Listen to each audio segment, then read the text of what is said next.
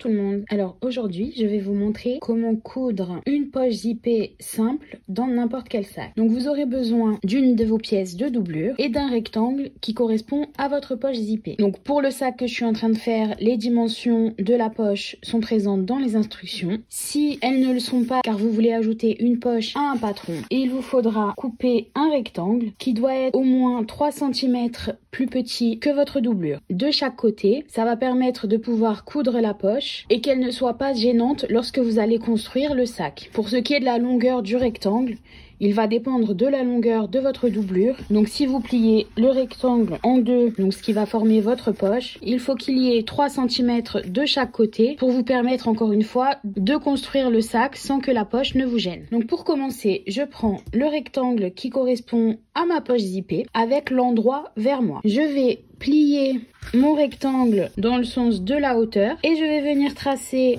un rectangle qui se trouvera à 2 cm du pli et à 2 cm de chaque côté. Une fois le rectangle dessiné, on va venir attacher la poche à la doublure. Donc je prends ma pièce de doublure avec l'endroit vers moi et je viens placer donc ma poche centrée sur la doublure. Je vais mesurer l'espace entre le haut de la doublure et le pli pour qu'il y ait un minimum de 3 cm. Si vous suivez le patron d'un sac dont la poche zippée fait partie des instructions, vous pouvez simplement respecter les mesures qui vous sont données pour placer votre poche. Donc je place ma règle à 3 cm de ma doublure et je viens placer donc le pli contre ma règle. Si vous avez des clips assez longs, vous pouvez clipser. Moi, je vais simplement utiliser 2 petits morceaux de scotch que je vais retirer plus tard pour la garder en place. Donc vous pouvez maintenant retirer votre règle. Donc je vais coudre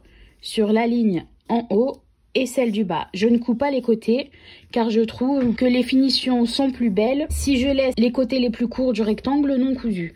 Si vous souhaitez les coudre, il n'y a aucun problème. La construction de la poche reste la même. Donc maintenant que j'ai cousu le long de mon rectangle en m'arrêtant exactement aux angles, je vais couper l'intérieur du rectangle pour former 2 triangles au niveau des angles. Donc je vous les dessine pour que ce soit plus parlant. Donc je vais couper en suivant donc cette ligne au milieu, en m'arrêtant à peu près à 1 cm ou un peu plus du bord du rectangle et en allant rejoindre les angles pour former un triangle de chaque côté qui va nous permettre de retourner la poche et que le rectangle soit bien droit. Donc comme vous pouvez le voir sur les côté, le triangle est formé. Je suis allée au plus près de l'angle sans couper la couture que j'ai faite précédemment. Je vais maintenant passer ma poche dans l'ouverture.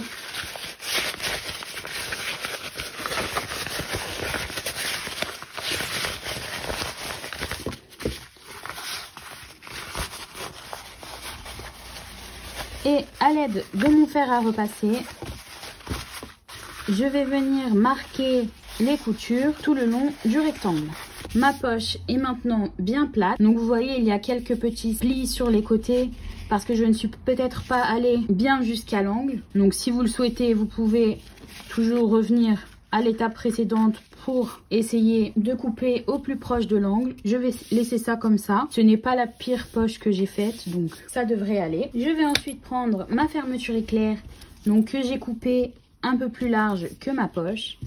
Je vais venir la placer en dessous donc de l'ouverture en la centrant un maximum. Je préfère avoir le curseur qui va vers la gauche et je vais venir coudre tout autour du rectangle pour l'attacher. Une fois que j'ai cousu donc à 3 mm tout le long du rectangle, je vais retourner ma poche et je vais plier mon rectangle pour que les bords soient bien droits et je vais venir coudre les 2 côtés. Donc je ne vais pas coudre le bas car je vais m'en servir dans la construction du sac pour le retourner.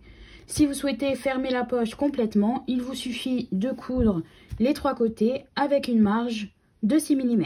Et donc pour coudre ma poche, je vais me placer donc sur l'endroit. Je vais soulever ma doublure pour ne coudre qu'à travers la poche et non à travers la doublure. Ma poche zippée est maintenant terminée. J'espère que cette vidéo vous a été utile. On se retrouve pour un nouveau tuto prochainement. Bonne couture!